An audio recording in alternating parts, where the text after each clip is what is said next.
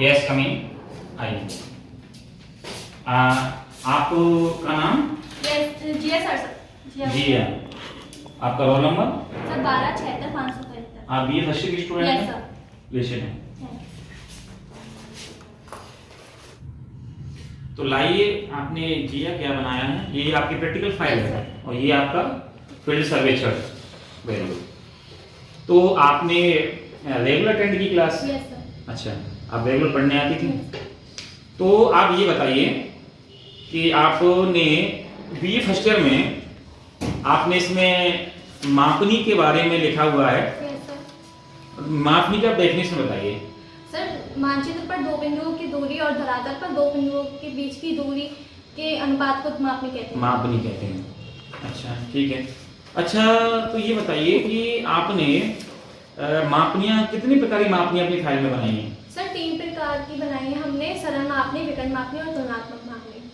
अच्छा, तो ये बताइए कि ये जो विकर्ण मापनी होती है, ये आपने जो विकर्ण मापनी बनाई है इसमें, तो विकर्ण मापनी में हम कितनी दूरी तक हम पढ़ सकते हैं? सर 1/100। 1/100 भाग तक हम पढ़ सकते हैं। तो जैसे आपने इसमें बनाया कि आपने गज को शो किया, गज से छोटा होता है, फीट को शो किया, फीट से छोटा इंच को शो किया आपने। अच्छा, हम इसमें पढ़ सकते हैं।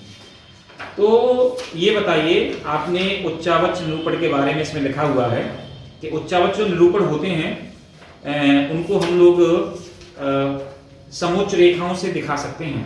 क्या कभी आपने समोच्च रेखा के बारे में सुना है? समोच्च रेखा किसे कहते हैं? सर मतलब इसमें धरातल से ऊपर होती हुई सीधी रेखा या धरातल से नीचे रेखाओं को समोच्च रेखाएं कहते हैं। Are you sure? ओके, चलो। अच्छा, तो अब आप ये बताइए कि आपने इसमें कुछ परिच्छेदिकाएं बनाई हैं। Yes sir. परिच्छेदिकाएं कितने प्रकार की सर होती 4 हैं? प्रकार की परिच्छेदिकाएं होती हैं, संक्रम परिच्छेदिकाएं, अध्यारोपित परिच्छेदिकाएं, प्रक्षिप्त परिच्छेदिकाएं और मिश्र परिच्छेदिकाएं। तो ये बताइए, जो संक्रमक परिच्छेदिकाएं होती हैं, सीरियल जो प्रोफाइल रहती हैं, उसको हम अलग अलग बनाते हैं, एक साथ बना देते हैं? कैसे बनाते हैं? अलग अलग बनानी पड़ती हैं। तो जब हम संक्रमक परिच्छेद बनाते हैं तो हमें उसको बनाने के लिए किसकी आवश्यकता पड़ती है? किसके आधार पर हम लोग उसको बनाएंगे? समोच्च रेखाओं के आधार पर हम बनाते हैं और हमें उसमें स्किल की भी आवश्यकता पड़ती है। ठीक है। अब ये बताइए कि आपने यहाँ पे लाइन डायग्राम के बारे में लिखा हुआ है और आपने यहाँ बार डायग्राम के बारे में भी लिखा हुआ है। तो ये लाइनर ग्राफ, बार डायग्राम जो आपके सिलेबस में है, ये कौन से बिंबीय आरेख हैं? सही, एक बिंबीय आरेख। एक बिंबीय, 1 डायमेंशनल डायग्राम में आते हैं ये। अच्छा, चलो आप बताइए कि इसके अलावा आपने यहाँ पे विंडोज क्लाइमोग्राफ के बारे में बनाया है। अच्छा, ये बता दीजिए कि क्लाइमोग्राफ पर हम किस किस को पढ़ते हैं? क्लाइमोग्राफ पर हम लोग किसको शो करते हैं? सर हम इसमें मौसम के बारे में पढ़ते हैं। मौसम के बारे में पढ़ते हैं, तो क्या दिखाते हैं? मतलब वर्षा को शो करते हैं क्लाइमोग्राफ पे। नहीं सर, सॉरी। चलो कोई नहीं, है। अच्छा, आप ये बताइए, हीदर ग्राफ के बारे में कभी पढ़ा है आपने? हीदर ग्राफ, हीदर ग्राफ पर हम किस किस को पढ़ते हैं? सर तापमान और वर्षा। तापमान और वर्षा को पढ़ते हैं। तो हीदर ग्राफ जो होते हैं, तो ये बताइए आप लोग कि इसमें एक तो ये आप लोगों का क्षैतिज अक्ष है, एक हॉरिजॉन्टल है। तो ये जो क्षैतिज अक्ष है नीचे वाला, इस पर हम लोग क्या पढ़ेंगे? वर्षा पढ़ेंगे या तापमान पढ़ेंगे? वर्षा पढ़ेंगे। Very good. तो ये बताइए आप जिया कि तापमान को हम लोग मेजर करने के लिए कौन से इंस्ट्रूमेंट का उपयोग करते हैं? तापमान को हम किस इंस्ट्रूमेंट, तापमापी यंत्र से, थर्मामीटर से। जी। अच्छा, तो आपने कभी वायु दाब के बारे में पढ़ा? तो वायु दाब को हम किस इंस्ट्रूमेंट से? बैरोमीटर से हम इसको पढ़ लेते हैं। तो अगर हमें मान के चलें आप कि अगर हमें वर्षा के बारे में पढ़ना है, तो वर्षा को मेजर करना है, मापना है, तो कौन से इंस्ट्रूमेंट का हम यूज करेंगे वर्षा के लिए? वर्षा मापी यंत्र या रेन गेज। वर्षा मापी या रेन गेज का हम लोग प्रयोग करते हैं। अच्छा, तो चलो अब ये बताइए आप कि आपने फील्ड में सर्वे किए थे आपने? Yes sir. तो कौन सा मेथड आपने पढ़ा? ट्रैवर्स मेथड यूज किया था, अपने जरीबल फीता सर्वे किया। ट्रैवर्स मेथड पढ़ा है आप लोगों ने, chain and tape, close and open survey. तो ओपन सर्वे कितने सर्वे किया आपने फील्ड में? सर 2 सर्वे किए थे, ओपन एंड क्लोज। अच्छा, 2 ओपन एंड क्लोज की किया आपने। तो अभी आप कौन सा सर्वे फील्ड से करके लेके आए हैं? ओपन क्लोज है। ओपन सर्वे आपका आपने किया है, chain and tape open traverse method. आपने स्केल भी बनाया है इसमें, आपने इंडेक्स भी डाली है, सर्वे बाय। अच्छा, तो अगर आपसे कुछ इंस्ट्रूमेंट के बारे में पूछा जाए तो आप बता सकती हैं? आप बताइए, ये जो चेन है, ये चेन, ये कौन सी चेन है? इंजीनियरिंग जरीब है।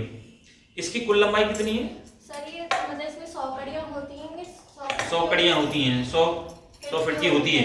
एक कड़ी की लंबाई 1 फीट। अच्छा, ये बताओ कि जैसे हमने चेन फील्ड में बिछा ली, तो अगर कहीं पे 10 कड़ियां हो गई तो हमें पता कैसे लगता है सर उसमें एक नोक वाला टैग आएगा। जैसे ये देखो सामने, यहाँ तक कितनी कड़ियां हो चुकी हैं? सर ये 10 और 90 को दर्शाता है। अगर हम स्टार्ट से करेंगे तो 10 को और एंड से देखेंगे तो 90 को दिखाएगा। तो ऐसे 20 कड़ी पर कितने मुंह का टैग होगा? सर 2 मुंह का टैग होगा। 3 पे 3 मुंह का, 30 पे 3 का, और 40 पे 4 मुंह का होगा, और 50 पे कितने सर 50 पे गोल्ड टैग होगा। गोल्ड टैग रहता है 50 पे। अच्छा, तो इस प्रकार से हम ये कुछ चेन को पढ़ लेते हैं। ये कौन सी चेन है? ये वाली। इसकी तो कड़ियां छोटी लग रही हैं मुझे। ये घंटस जरीब है सर। घंटस जरीब है। इसकी कुल लंबाई कितनी है? सर कुल लंबाई इसकी 66 फीट है। 66 फीट है। अच्छा, एक कड़ी की लंबाई बताइए आप। 0.66 फीट। अच्छा, चलो अब आप ये बताइए कि ये क्या है? सर ये टेप। ये टेप है। इस टेप की कुल लंबाई कितनी है? सर 30 मीटर का है ये टेप। अच्छा, इसके बारे में कभी सुना है? क्या है ये बताइए, कौन सा इंस्ट्रूमेंट है ये? सर ये ट्रफ कंपास। ट्रफ कंपास है ये। तो इसका प्रयोग किया तुमने फील्ड में? किसके लिए प्रयोग किया आपने? सर इसको नॉर्थ और साउथ, मतलब नॉर्थ को दर्शाने के लिए। अच्छा अच्छा, चलो ठीक है। तो आपने किया, अब आप जा सकती हैं। आप वापस आइए, बैठिए।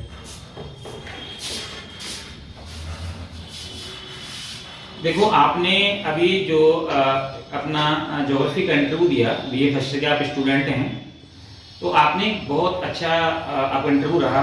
कॉन्फिडेंस लेवल मुझे काफ़ी अच्छा देखने को मिला तुम्हारा, और आपने मोस्टली 80% आपने क्वेश्चन के आंसर दिए। हालांकि आपको 2 क्वेश्चन पर थोड़ा सा आप नहीं बता पाई। उनमें से एक क्वेश्चन तो था समोच्च रेखा वाला, कंटूर लाइन वाला।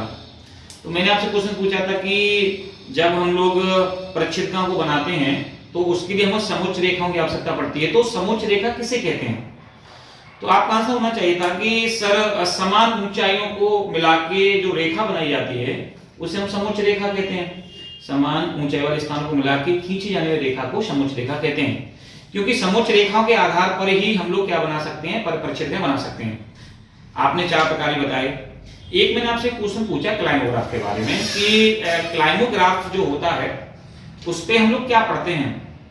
तो आपका आंसर होना चाहिए कि सर उसमें जैसे कि एक्स और वाई 2 अक्ष होते हैं, तो जो एक्स अक्ष होता है उसमें हम लोग आर्द्रता को पढ़ते हैं, निरपेक्ष आर्द्रता, रिलेटिव ह्यूमिडिटी होती है।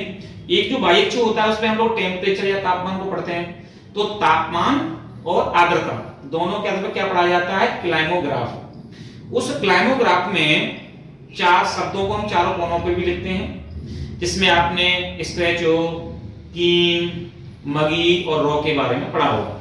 वो हमें चारों इंडिकेट करते हैं कि कहीं पर तापमान ज्यादा है, आर्द्रता भी ज्यादा है, तो वहां की जो जलवायु है वो उष्ण आर्द्र होगी।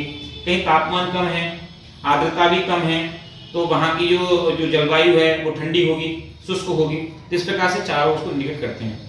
और वैसे आपने काफी अच्छा दिया, आपका काफी अच्छा प्रयास है। अब आप जा सकते हैं। ओके।